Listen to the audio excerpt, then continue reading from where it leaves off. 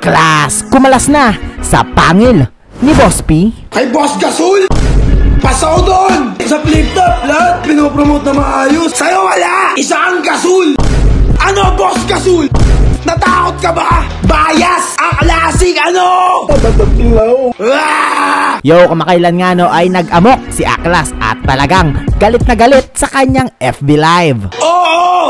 Ano? Hindi na ulit ako lalaban. At pati na rin sa mga mangilan-ngilan niyang FB post na patama di umano kay Phoebus Apollo na presidente ng PSP Rap Battle League na tinatawag niyang Lalo ka na, Boss Gasol! At ito ay tungkol nga raw sa unfair na pagtrato sa kanya ng liga. Hindi ko deserve yun. Walang promote. Samantalang iba hindi naman main event. Butaw naman pinopromote. Pakinggan natin. Walang promote. Pakala mo kung sino no? Sa flip-top, lahat pinopromote na maayos. Sa'yo wala!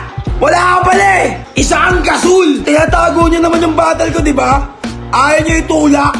Burahin niyo na lang, mga nyo! So sa unang higop ni Aklas ay kitang-kita naman na pinopoint out niya dito yung lack of promoting ng kanyang battle kung saan siya ay nagwagi kontra kay Invictus. Well, maaaring totoo yun kasi maski ako ay di ko nga namalayan na na-upload na pala yung kanyang laban. Unlike sa mga previous battle, tingin ko rin di na dapat aabot ng isang araw to bago mag-million views. Kung talagang inayos nila yung marketing. Come on man, kumbaga sa Pokemon, legendary na yan si Aklas. At ang isa pang kapansin-pansin dito ay bakit si Invictus lang ang naka-hashtag sa in-upload na video. Kahit na si Aklas naman ang nagwagi. Bias! Tinatago nyo, di ba? Ayaw nyo masapawan yung event nyo next week? Hindi burahin nyo na lang para hindi masapawan yung hype ng next week nyo. Ang ko sa marketing.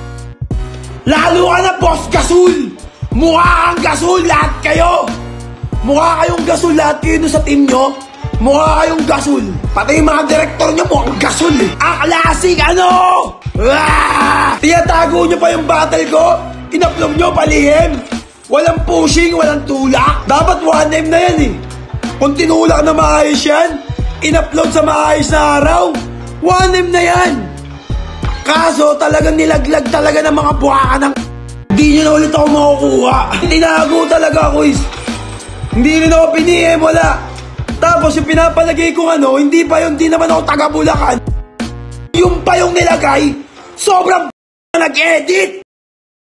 So sa pangalawang higop ni Aklas ay pinuna naman niya yung nag-edit sa kanyang intro na maling araw yun nilagay sa kanyang repin. Pero bago natin ituloy, nag-subscribe ka na ba sa aking YouTube channel? Rin din yung repin ko, hindi pinahype. Kasi nga, matatabunan ng hype yung ano nila eh, next week nila eh. Alam nila kaya kong tabunan ng hype yung next week nila eh.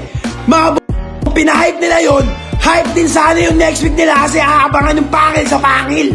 Kaso si Gasol! Nalalagasan kayo ngayon ng isa. Sira kayong tournament nyo. Yung mananalo sa round 2, rekta kagad semis. Kasi nag-backout siya, kalakas kasi tinangan nyo. Diba? Sira ngayon ng semis nyo. Sira ngayon ng round 2 nyo. Dito kinlaro na nga talaga ni Aklas ang pagkalas niya sa liga. Ano, masasapawan ko lahat, no? Natakot kayo, no? Ano, Boss Gasol? Natakot ka ba? Natakot ka ba masapawan ko lahat? Kaya hindi nyo tinulak na maganda. Ngayon, ibo-boycott namin yan. Buray mo na yan, total. Tinatago mo naman. Ayaw mo i-upload, diba? Ayaw mo kumita. Eh, di burahin mo.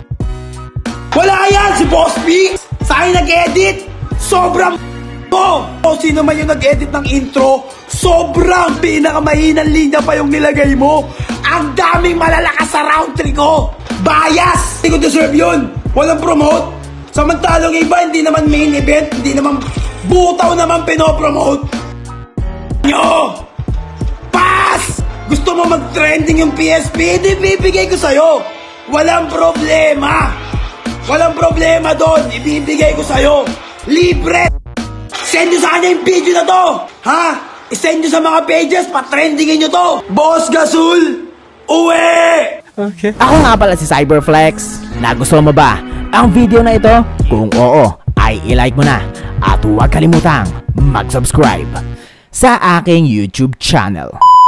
Ops, sandali lang. Nga pala, pwede kayong magpapromote ng kanta sa akin. If meron kayong original composed song, message nyo lang ang Facebook page ng Cyberflex at mapeflex na natin ang kanta mo sa halagang 200 pesos via GCash.